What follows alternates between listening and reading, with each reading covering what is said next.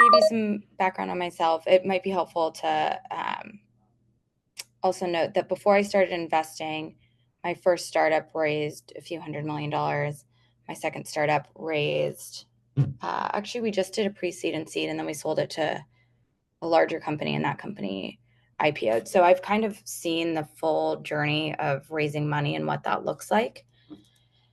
And through that have just come to this belief, what I shared earlier, where I'm like, this whole process is a bit of a racket. And so it's helpful for people on the other side, and in this case, you guys, to understand what's going on. And so today we'll cover understanding how the VC business works, what do you need to do to raise, how to run a process, do's and don'ts, and after you do that, how to leverage all of these people that are now on your extended team.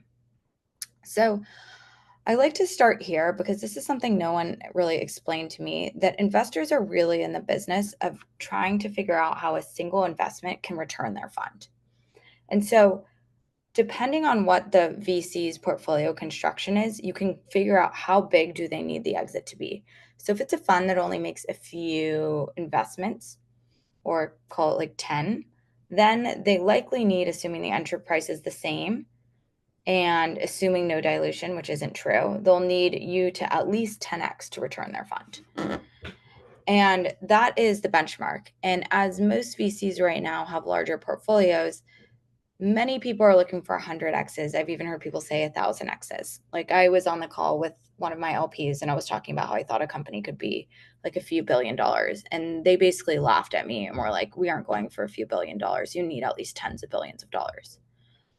And that means they're constantly on the lookout. They're comparing you versus everything else that they're seeing to what is going to make them the most money.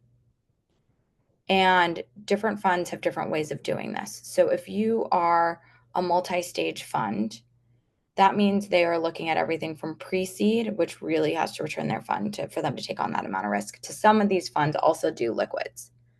So they're looking at you and thinking like, okay, if I'm also doing liquids, do I think these guys are going to outperform the market?